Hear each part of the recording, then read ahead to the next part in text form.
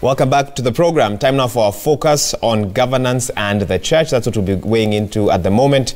And we're asking you a question, actually, in regards to that. We're asking you this morning, does the church still hold the moral authority in society? Oh, great, it's up on the screen already. Does the church still hold the moral authority in society? And we'll give you some context to this shortly. But before that, I should probably introduce our guests who are here with us in studio before we get to that. We have Apostle Mary Magdalene, founder, Will of God Church. Welcome to the program. Thank you so much. Right next to her, Christine Mongai, writer and curator, The Elephant. Welcome to the program as well. Thank you, Ahiga. The only man on the panel so far, Dr. Bright Gabriel Mawudo. I hope I've said that correctly. Yes, please. Oh, good. First time's a charm. Deputy General Secretary, All Africa Conference of Churches. Welcome. Thank you. And last but not least, Reverend Dr. Lydia Mwaneki, Director, Gender, Women and Youth, All Africa Conference of Churches as well.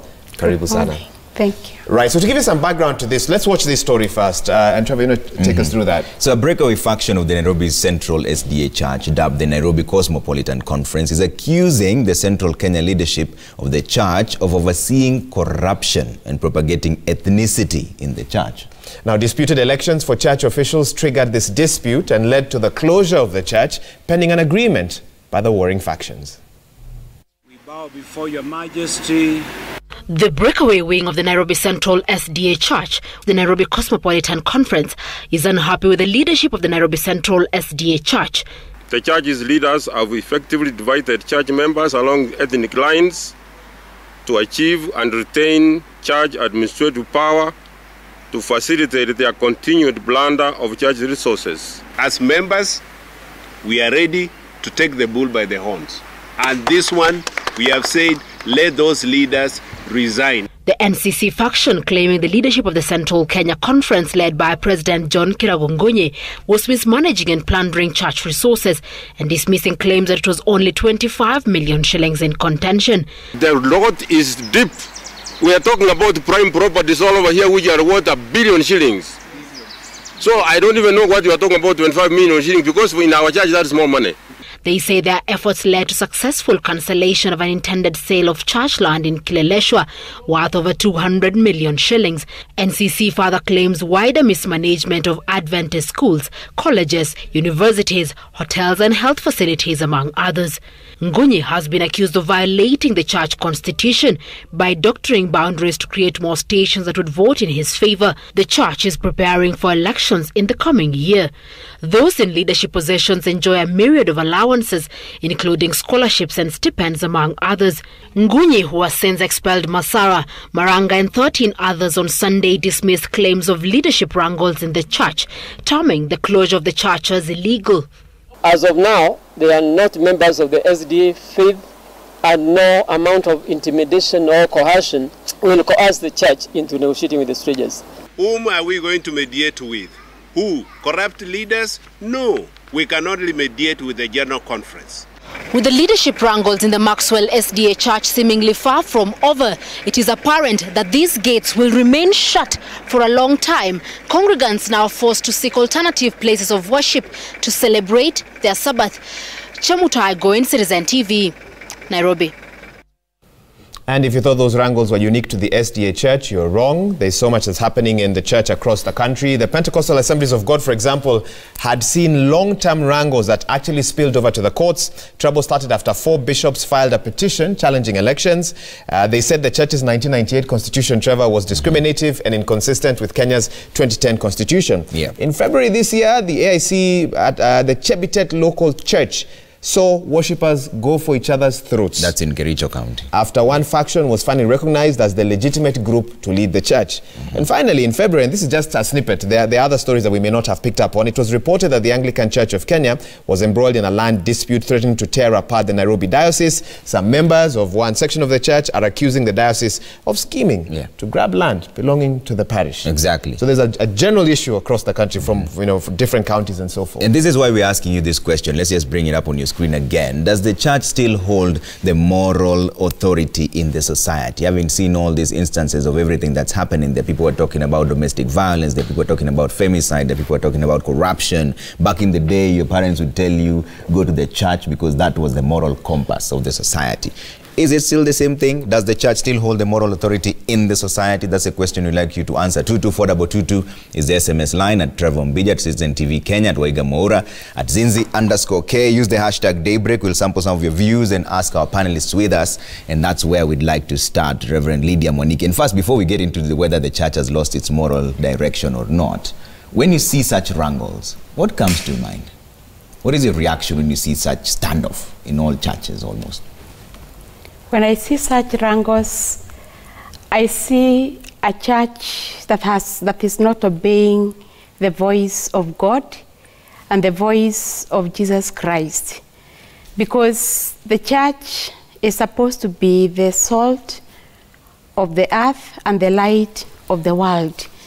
So it is like partly the church has lost that saltiness and that light. But not the entire church. Of course, we still have people who have kept the faith, and those are to be emulated. There's a lot of light that the church is shedding in many ways, but the few people who are corrupt are the ones who are really destroying the name of the church and who are really promoting misleading theologies of riches. Riches are not bad, but one doesn't have to be corrupt to be rich. One can do the right things and still become rich. When you look at the voice of the church now as compared to the 1980s, there are those who say that the church now plays a very safe game. We live in a world of activism, where everywhere around the world, and even social media has come in, where a lot of causes are being pushed. But there are those who say the church of now seems to have lost its focus from what it was back then, and has now become very docile, almost like let the leadership do what they want. We as the church, kazi yetu is just to guide our flock, but we're not going to speak about the issues affecting the nation. Do you agree with those who feel that the church is too docile, too soft in speaking about issues that are affecting their people, and are seemingly now engaging in trying to take control of whether it's church resources, etc. What do you say? For me, I think the church really needs to up its game, because we are really the light that we have to show the light. We have to lead by example. And in so doing, we have to sweep our house first. How do we condemn corruption if it is there in the church? How do we condemn gender-based violence if we are practicing it in the church? How do we condemn gender inequalities if the church is not an example? We need to be an example first, and then we will have the moral authority to speak to the world, to turn to God. Dr. Bright, do you think the church has failed? Not at all. The church hasn't failed. The church is made up of human beings. It is true that as the church tries to govern, the church leadership is made up of human beings. And in the process of managing the secular, in addition to the spiritual, it is normal for them to come into contact with some of these secular things. And that is why at the All Africa Conference of Churches, we have a program for training church leadership in management, in governance, so that you have to blend the secular with the spiritual. So when you have an ordained minister who has gone through seminary training and suddenly has found himself to be in charge of 400, 300, a million flock of sheep, and he's in charge of institutions. What we do at the All Africa Conference of Churches, because we have realized this, is that we take newly ordained bishops, church leaders, through this kind of training, capacity building, so that they can lead effectively. So the church has not failed, but it's all that we need to do is to, as said by my colleague, is for them to up their skills in management training, so they can lead in financial management, in institutional management, in human resource management. Okay, I think but some would say that education doesn't change the heart. And ultimately, the issues that we're seeing are matters of the heart.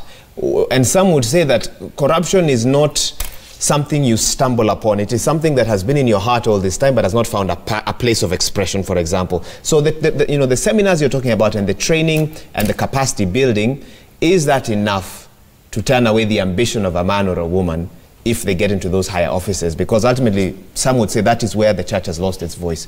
Personal pleasures, personal acquisitions. Is that enough? Well, are you seeing the people you're training going out there and being change agents? Are they actually, in fact, from research that we have done, over the last 10 years, we have about 800 church leaders that have gone through our training, and we see some of them practicing some of this training, and they have actually improved the management of their churches. So I believe still that one or two church leaders going out of the way does not actually negate the good work that the churches are doing in the continent and in the world. Should there be more regulations to tame the church, so to speak? Because this is coming from someone called Kipkirui Wesley in Kemboy. He says, I'm a member of NCSDA, and I strongly believe that the church has not lost its authority. The only issue in the table is too much freedom. Yes, I agree that there should be some form of regulation and guidance. And the All Africa Conference of Churches, we are currently engaging our church leadership all over the continent, where we are in 42 African countries. We have 195 churches and national councils of churches. And this is one thing that we are actually now taking up with the church leadership in the continent. Yeah. So the church will not lose its voice. Yeah. Okay. Christine, what do you make of this whole conversation? She's really taking a lot of notes. I see you writing down. Share with us. I'd like to acknowledge what the panelists have said so far. And the idea that that corruption is a matter of the heart, like you say, it's a personal challenge, if I can use that language. I think that's an incomplete way of looking at the problem, because the church and the individuals who are in the church are subject to the same political dynamics that the rest of society is subject to. They're responding to the same political economy and finding themselves in the very same framework that power flows in this society. So when we see the church involved in leadership wrangles, in disputes, in all these things, I think it's important for us to contextualize the institution of our faith institutions in this country. Many of them had really strong links to the colonial framework and the whole colonial administration. And they're even the ones who brought the gospel to Kenya, to the African continent.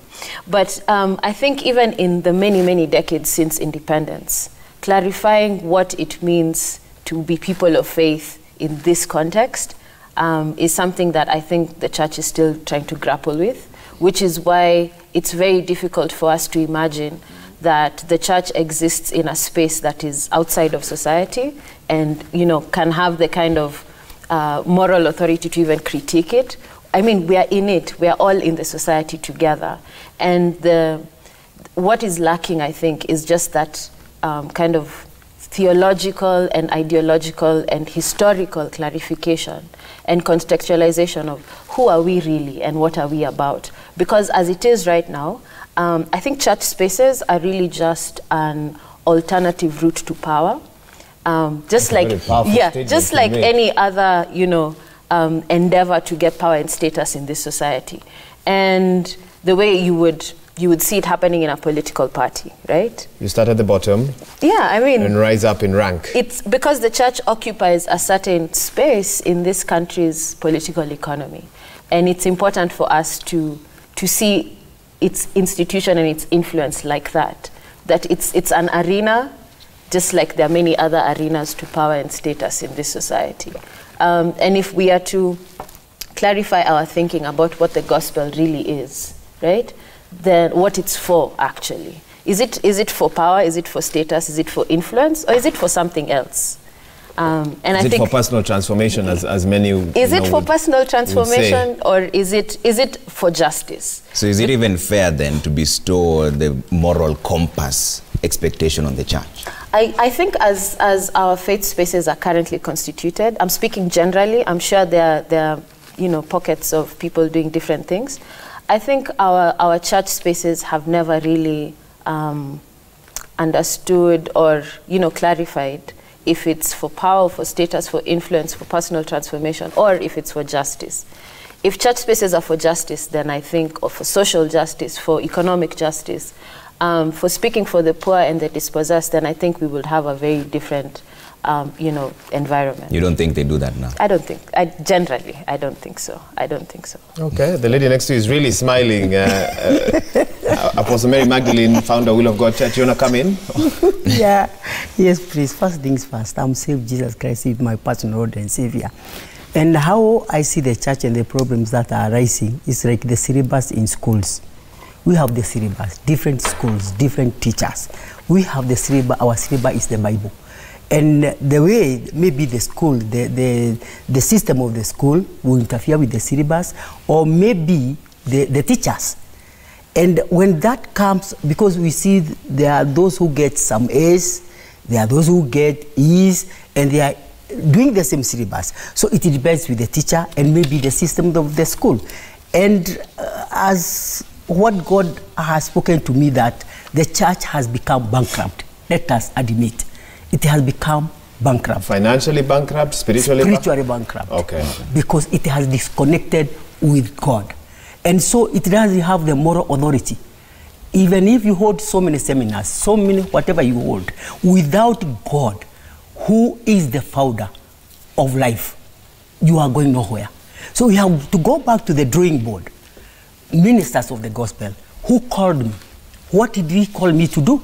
Because me being the founder of the Will of God Church is through the revelation that God gives me that the whole system will flow from the top to the bottom. So if I'm disconnected with God, I cannot claim to be connecting my followers with God. Mm-hmm. So it starts with me. How much do I know of my calling, of why God called me? What is my vision? Mm-hmm. My vision should interlink with the vision of Jesus Christ, because there is no church that has its own vision, so long as they are professing faith. If they are professing faith, then we have to go back to the drawing board. Where did we go wrong? The minute we started corrupting the word of God, that's when everything became corrupted. That's when everything became corrupted. Yes. Go ahead. I find that argument very interesting, Apostle, because there are many people who say that for that same reason that you're quoting is the same reason why many churches are mushrooming, because everybody else thinks that they are the ones with the right direction. The church doesn't speak with one voice. It doesn't speak with one voice because of the same the same argument I have praised. Because the voice of the church is the voice of God, should be the voice of God. What is God telling us right now? Because you will see so many shakeups. You have not seen anything. Because according to Haggai 2, you have not seen anything. You have not think seen there will be anything more? yet. There will be more. Because Haggai 2 tells us God is shaking everything. Hebrews 12 tells us God is shaking the foundations. Heaven foundation and the other foundations. Mm-hmm. Heaven starts for spiritual things, physical and the physical things. Okay. So this is why you see, like, the people who have been corrupting issues, maybe politically, maybe they built houses illegally. This is why they are coming down. Let me ask because there is a power behind all this. Let me ask you a quick question. Yes, 2022, please. And it's sad for me to ask you this, is coming up. Yes. I ask you this because politicians now have really taken that space, and all the focus is on 2022. This is what is going to happen. Yes. Kenyans are looking for direction. There are possible proposals for referendums also coming up. Yes. Kenyans are looking for direction. In the past, in the 1980s, that direction would have come from radical teachers of the Word of God. They are now. Yes. Are you one of them, for example? Yes, I am. You consider yourself one of them? Count me in. Do you have a common voice? Who can speak against government? Against the opposition? Yes. Against those in authority? Are those leaders still here? Not speaking against, but directing them. This is the way. Because right now they are talking about 2022. Who knows the mind of God? They should consult God first, because God is the owner of the people that they pretend to govern. Pretend to govern? Yes, pretend to govern. Because when they are corrupting their ways politically, so they are corrupting the will of God. And he cannot stand that. He will come in, and this is why he is coming in, exposing everything. Because nobody, even if I'm the founder of the church, I'm not the owner of the church.